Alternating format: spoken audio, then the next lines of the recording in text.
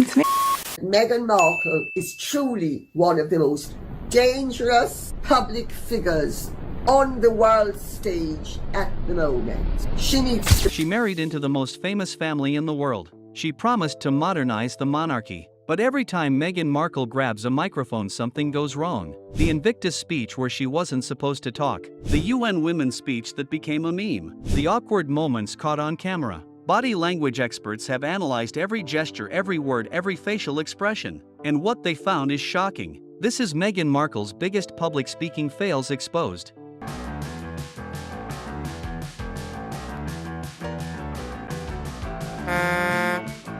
Meghan Markle came into the royal family as a professional actress, someone who spent years on camera playing a paralegal on Suits. You would think public speaking would be her strength. But time and time again, Meghan's speeches have sparked controversy, awkward moments, and criticism from body language experts around the world.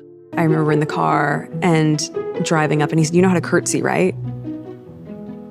And I just thought it was a joke. The Invictus Games speech in Vancouver, February 2024 became one of her most talked about moments, and not for good reasons. Meghan and Harry had just arrived in Canada for the Invictus Games. The event was carefully planned. Harry was scheduled to speak, but then Meghan did something unexpected. She grabbed the microphone.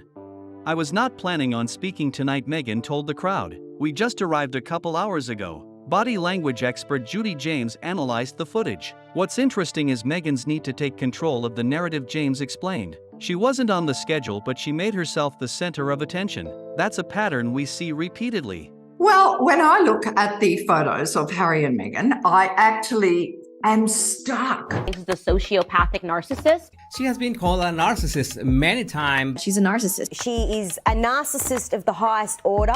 The world can now see Harry and Meghan for what I've known they are for some time. Narcissistic egotists. These two are insane narcissists. During the speech, Meghan made several comments that raised eyebrows. She talked about Canada feeling like home, a reference to her time filming Suits in Toronto. She introduced Harry as, quote, "the father of our children." She went on for several minutes before finally introducing her husband. The crowd's reaction was telling. Several attendees were caught on camera looking uncomfortable. One person's head was literally leaning back, body language suggesting boredom or frustration. Social media erupted. Critics pointed out that Meghan had turned Harry's moment into her own. She wasn't scheduled to speak, royal commentator observed. This was Harry's event for wounded veterans. But Meghan couldn't resist the spotlight. It's a pattern we've seen before. That women all over America are fighting greasy pots and pans. And the boy said, "Yeah, that's where women belong, in the kitchen." And at 11, I just found that infuriating. I don't think it's right for kids to grow up thinking these things. The UN Women's speech from 2015, when Meghan was still an actress, became one of her most analyzed moments. She was invited to speak about gender equality as a UN women's advocate. The speech itself had good intentions, but the delivery became problematic. Meghan spoke about washing dishes as an 11-year-old girl. She described calling Procter & Gamble to complain about a sexist dish soap commercial. The company changed the ad. It's a nice story, but body language experts noted several issues. Her hand gestures were excessive, James pointed out. She touched her hair repeatedly, a sign of nervousness or self-consciousness. Her smile didn't always reach her eyes. That disconnect between words and facial expressions creates distrust in audiences.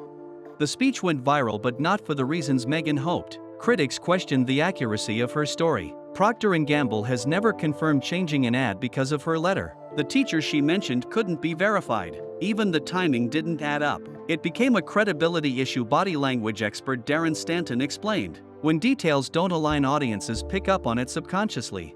Split up when I was around 2-3 years old. And I always wanted this sort of cookie cutter looking perfect life. Meghan wrote a poem about it. When you have one kid, it's a hobby, and 2 children is parenting. Important to be here this evening for you. Oh gosh, I'm just so proud to be able to support the women that are here. Unfortunately, I wasn't able to be here last year, but it's really special. So happy to be in such a good community. The Variety Power of Women event in April 2023 in Los Angeles. Meghan appeared on stage with other successful women. She was asked about her career and activism, but something was off. Her responses seemed rehearsed, Stanton noted. She kept touching her necklace. That's a self-soothing gesture. It indicates discomfort or anxiety. She also did something called verbal mirroring, repeating the interviewer's words back rather than giving authentic responses. At one point, Meghan talked about being one of the most bullied people in the world. The comments sparked immediate backlash. She's comparing herself to actual victims of bullying. Royal commentator Richard Fitzwilliams said, What was hard to get over was being blamed for something that not only I didn't do, but that happened to me. A media group owned by Prince Harry and Meghan Markle, named Archewell Audio, has agreed to end its deal with Spotify. Everything is temporary. It's over. Harry and Meghan's estimated $25 million podcast deal canceled after less than a year. My wife and I were moving on. The Spotify podcast Archetypes launched in August 2022 with massive promotion. Meghan interviewed celebrities about stereotypes women face, but behind the scenes things were falling apart. Bill Simmons, Spotify executive, later called Harry and Meghan grifters. The podcast ended after just 12 episodes. The $20 million deal was not renewed. Listening to the episode's body language through voice is revealing, James explained. Meghan often interrupted her guests. She made conversations about herself. Her interviewing style lacked the curiosity and empathy needed for authentic connection. You can hear it in the vocal patterns, the rising inflection, the way she'd redirect conversations back to her own experiences. Serena Williams appeared on one episode. The tennis champion was gracious, but even she seemed frustrated at times when Meghan cut her off. These are small moments, Stanton said, but they reveal someone more interested in being heard than listening. That's not effective communication. The One Young World Summit in Manchester, September 2022. Meghan and Harry appeared as keynote speakers. They held hands walking on stage. They sat close together during the entire speech. Body language experts noticed the constant touching. It reads as insecurity, James observed. Confident speakers don't need constant physical reassurance. The hand holding, the leg touching, it suggests anxiety about being on stage alone. During her portion, Meghan spoke about leadership and young people changing the world, but her delivery lacked energy.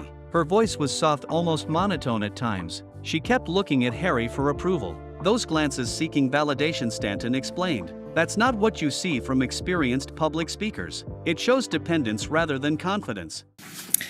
Good morning, everybody, and thank you very much for being here today. Compare Meghan's speaking style to Kate Middleton. The Princess of Wales has evolved into a confident public speaker. She makes eye contact with audiences. Her gestures are natural, not excessive. Her smile is genuine, reaching her eyes. Most importantly, James noted, Kate doesn't make speeches about herself. She focuses on the cause, the charity, the people she's there to support. That's the difference between effective and ineffective public speaking. Harry spoke next. His delivery was more natural, more relaxed. The contrast was striking. He's not a trained actor, Stanton observed, but he seemed more at ease than his wife, who spent years on camera. That's unusual and revealing. It suggests Meghan's confidence may be more performance than reality. The problem with Meghan's public speaking goes beyond nervousness or preparation. It's about authenticity. Multiple experts agree. Audiences can sense when someone is genuine, James explained. They pick up on micro expressions, vocal tone, body language. When those elements don't align with the words, trust breaks down. Meghan Markle came into the royal family promising to use her voice for good, but time and again her public speaking moments have backfired. The Invictus speech where she grabbed the mic, the UN Women's speech with questionable details, the podcast that got cancelled, the award speeches filled with anxiety. Body language experts see the same patterns: excessive gestures, lack of authenticity, making moments about herself, seeking constant validation. These aren't signs of a confident speaker. They're red flags that audiences subconsciously pick up on. Compare her to Kate Middleton and the difference is striking. One speaks from genuine passion, the other performs for applause, and audiences always know the difference. Hit subscribe for more royal family analysis.